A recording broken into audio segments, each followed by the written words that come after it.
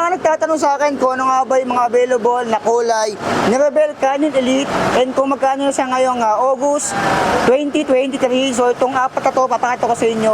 Nung na-budget ko kasi to, walang available na ibang kulay, pero this time, nasilayan ko na yung apat ng mga gandang kulay dito. So nandito nga pala tayo kay Bodega Vice Cavite. So yung audience na lahat, nasa screen nyo ngayon kung gusto nyo kumuha nito.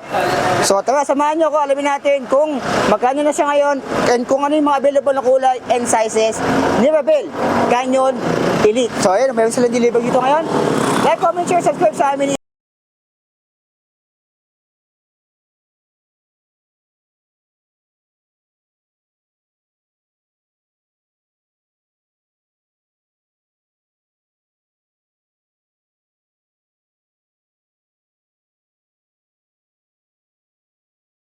Available na kulay ni Rebel Canyon Elite. So unahin natin tong nasa harap natin, ito yung blue na may white and black. So yung top tube nito, may mga budget na ako niyan. Hindi ko nagkakamali, ito ay 52 cm yung kanyang effective top tube. Yung size ay 50. And yung stand overhead around 720 to 50 yata ito, kung nagkakamali. So yung kulay nito, kumikintab. Ayan, metallic black yung taas. Dito naman may Rebel na nakalagay dito. Ayan, white and the black and blue. So tatlo pala to. Black, combination ng black, white and blue. Ayan, yung blue dito lang banda sa harap. And dito, tas may white din sa kanyang fork. Ayan, yung fork ito, alloy na rin. Aero type. Nandito yung F01. Ayan, napakasimple lang ng design nito sa taas. Yung FDR din ito ay reflex. So meron naman akong bite check. So i-quick bite check naman natin to. Ito ay naka-Halotech 50, 34, 11, 2080. Alin naman yung kami ito kada ko nagkakamali. And ito ay naka-KD na race. Double wall alloy yung rim nito. And yung gulo na ginamit dito ay KD na race 700 by 25C. Ayan, 25C yung ginamit dito. So kung may mga magtatanong kung pwedeng gawing rim brake, kasi currently naka-disc brake to, pwede. Meron ditong slot para sa rim brake and meron siya ditong brake line. Ayan. So kung may bala kayo magpalit ng rim brake, pwede naman, hindi naman ako magagalit. Ayan. Currently kasi naka-disc brake siya in IS-MOT or international standard. So kung gusto nyo mag-rim brake, pwede naman, pero para sa akin, okay na ito ng naka-disc brake, lalo sa mga lusong. Ay, pwede na yan. So yung kanila mga saddle, parehas lang talaga. Ayan. Iisa lang yata yung ginamit na saddle dito. Ito sa fork.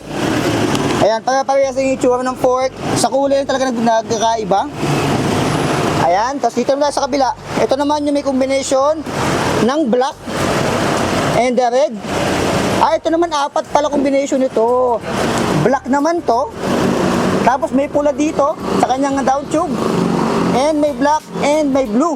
So apat ang combination pala na yung isang to. Ito tatlo lang. Black, white, and the blue.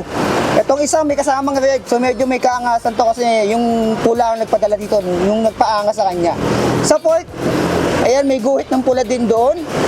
Sa kanyang fork, sa likod, color red dito.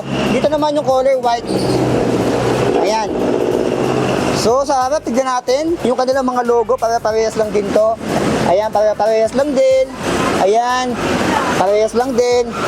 So ito alloy and 420mm naka-sensor reflex yung kanilang brake and shifter. Ito naman kabila. Ito. Anong combination ng ginamit dito? So top tube ay kulay itim and may gray sa baba. Ayan. May gray sa baba to and may white tsaka pula. So apat din, may black, may gray, may red and black. Tatlo pala, 1, 2, 3. Naguduling tayo Tatlo, tapos may gray din dito sa kanyang fork. Ayan. Tatlong combination ito yung medyo apat may pagkamaangas to kasi naghahalo yung apat na kulay nito. Ayan, size 50. May nakalagay pa ganito, warranty card So ayan, legit mga alien na Rebel nang galing mismo. Kung di ako nagkakamali, ito yung nabayad ko doon. Ang combination ng kulay nito ay kulay pula naman. So kung mapapansin nyo, black, black, black yung kanilang top tube. Ito lang yung nag-iisang kulay pula. Ayan, yung top tube nito ay nag-iisa lang na kulay pula. compare mo doon sa tatlong nauna na pinakita ko sa inyo. So yung cable routing nito ay naka-full internal na left and right yung FD and RD, and yung kanyang top tube nandito yung brake caliper doon dumaan sa likod. Ayan, parang 50 cm to ha. Itong binabudget natin currently, mga 50 cm. Ayan. Pero mamaya sabihin ko yung mga available sizes nito. Ayan, parehas 50 cm talaga yan. And eto, may halo na to na light green sa kanyang down tube. Light green dito, tapos light green. So ganun pala yung ginawang colorway nito ni Rebel Canyon. So yung isa talaga naging apat eh. Ayun, no? Ayan, red, white, and blue, tsaka black. Ito ay red, light green, and the white. Yun lang talaga yung nag-iba. Yung nag-iisang apat ang combination. Ito tatlo. So nagulat ako, yung pala ang combination nila. Sa mga likod nila, nandito naman yung siguro, ito yata yung nag-represent na kanilang mga down tube dito, tsaka yung mga kulay sa fork. Kasi kung light green dito, light green siya dito, yun naman ay silver sa likod ng kanyang seat post, silver din sa fork, ito red, and the red din doon, tapos ito silver din, ay white pala, tapos white din doon. So ganun pala yung ginawang color combination ni Rebel Canyon. Ayos ha, ganun pala magkulay sa Rebel. So kung natatandaan nyo, yung mga nabudget ko na Rebel, sobrang dami na. Ito lang yung pinaka-latest nila na nilabas na on the budget lang. Ayan. So naka-halotek na rin to ha, para sa akin ha. Ito yung pinaka-budget na lumabas ngayong taon na Aero. Kasi ang natatandaan ko, mayroong isang lumabas na yung mataba yung kanyang down tube na Aero. Ayan. So ito si Rebel, tama lang yung size ng kanyang down tube and seat tube. Yung mga available na kulay nga pala nito, yung mga available nga pala na size nito, dito kay Bodega Vice Cavite ay 48 and 50. Ayan, kung ako nagkakamali, meron din itong 46 pero hindi yata available dito. Currently ang available ay 48 and 50, tsaka yung apat na kulay na yan. Ang ganda ng color combination nito. Halo-halo. Ayan, ganda oh. Dito. So yung mga specs niya na, pare-parehas lang talaga. Pare-parehas ng specs yan. Sa kulay na nagkaiba. So nasa inyo na lang kung ano yung pipiliin nyo dyan. So para sa inyo, sasabihin yung opinion. Ano yung pinakamaganda dito? Ano yung pipiliin nyo sa apat na kulay nito? Ito ba? Na may tatlong combination, red, black, and light green. Ito naman isa ay black, white, and red. Ito naman may apat na combination, black, blue, white, and black. Ito tatlo din pala, black, white, and blue. So ayan. So para sa inyo, ano yung pinakamaganda dyan? Para sa akin siguro yung may halong pula. Ito. Isa either ito, ayan, o kaya ito. Pero maangas din to yun. So depende rin talaga sa kagustuhan nyo or sa trip nyo. So para parehas lang to, yung price nito, ipapost ko na lang sa screen. Yan yung updated price nito kay Bodega Bike sa Cavite. So mayroon din tong Shopee ha, kung gusto nyo orderin to via Shopee, pwede.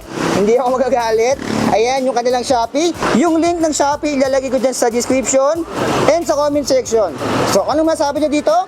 Sa apat na colorway ni Rebel Canyon Elite, ano ang pipiliin nyo sa apat na yan? So comment down below.